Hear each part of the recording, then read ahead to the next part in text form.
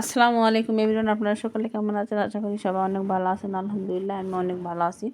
আজকে আমি ভিন্ন স্বাদে অনেক মজাদার একটা রেসিপি নিয়ে চলে আসলাম। এরকম রেসিপি দেখবেন রুটি, পরোটা বা ভাতের সঙ্গে সব কিছুর সঙ্গে অনেক মজা জমে যায়। দেখবেন সে অনেক সিম্পলভাবে এই রেসিপিটা রান্না করে। আমি এই রেসিপিটা আপনাদের সঙ্গে শেয়ার করতেছি। পুরো ভিডিওটা দেখবেন, স্কিপ করবেন না। অনেক মজাদার স্বাদে। এখানে প্রথমত আমি ফুলকপি, সিম, আলু সুন্দর করে ছোট ছোট সাইজ করে কেটে পরিষ্কার করে নিয়েছি। আমি প্রথমত একটা কড়াই বসাই দিলাম। কড়াইটা গরম হয়ে আসতে এখন আমি দিয়ে দেবো সাদা তেল। সাদা তেলটা গরম হয়ে আসতে আমি দিয়ে দেব পেঁয়াজ কুচি, পেঁয়াজ পাতা ও কাঁচামরিচ।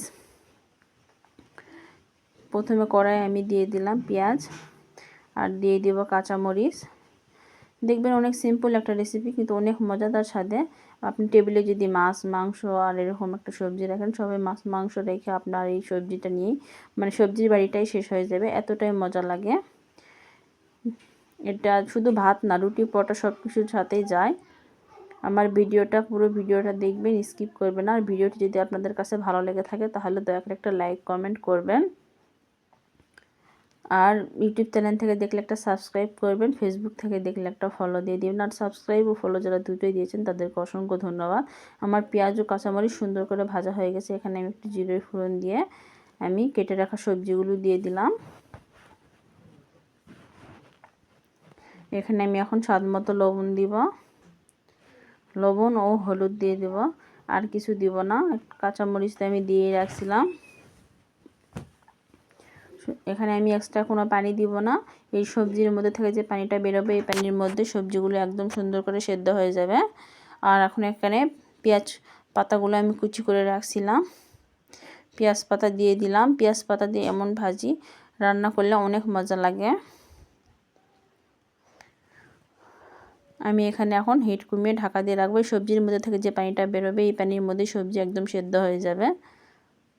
আমি একটু না পরপর ঢাকনাটা খুলে নাড়া দিব। আর এরকম ভাজি যারা করছেন তারা তো এর টেস্ট জানেন, আর যারা করছেন না তারা একবার হলো ট্রাই করে দেখবেন, অনেক মজাদার স্বাদ।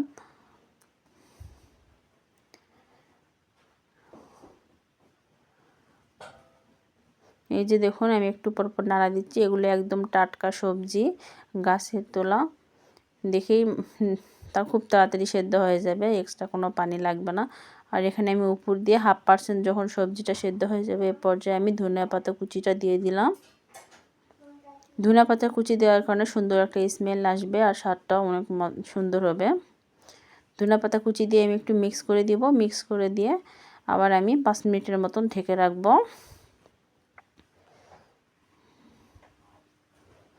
এখানে আমি আর কিছু দিব না, এখন শুধু ঢেকে রাখবো। ঢেকে রাখলে একদম সেদ্ধ হয়ে যাবে। দেখুন ভাজির পানিটা একদম প্রায় শুকিয়ে আসছে। আমি এখানে আর 5-7 মিনিট নেড়ে নেব। একদম অল্প সময়ে অনেক মজাদার একটা রেসিপি। দেখবেন শর্টকাট, আপনার ঘরে যদি কিছু মাছ মাংস না থাকে, এরকম কয়েকটা সবজি যদি থাকে, শুধু ফুলকপি আলু থাকলে হবে, বা আলুর সাথে সিম, বা আপনাদের কাছে যদি গাজর থাকে আপনারা আপনাদের পছন্দ মতন সবজি অ্যাড করে নেবেন। করে এরকমভাবে ভাজি যদি আপনারা করে নেন, দেখবেন অনেক মজা লাগে।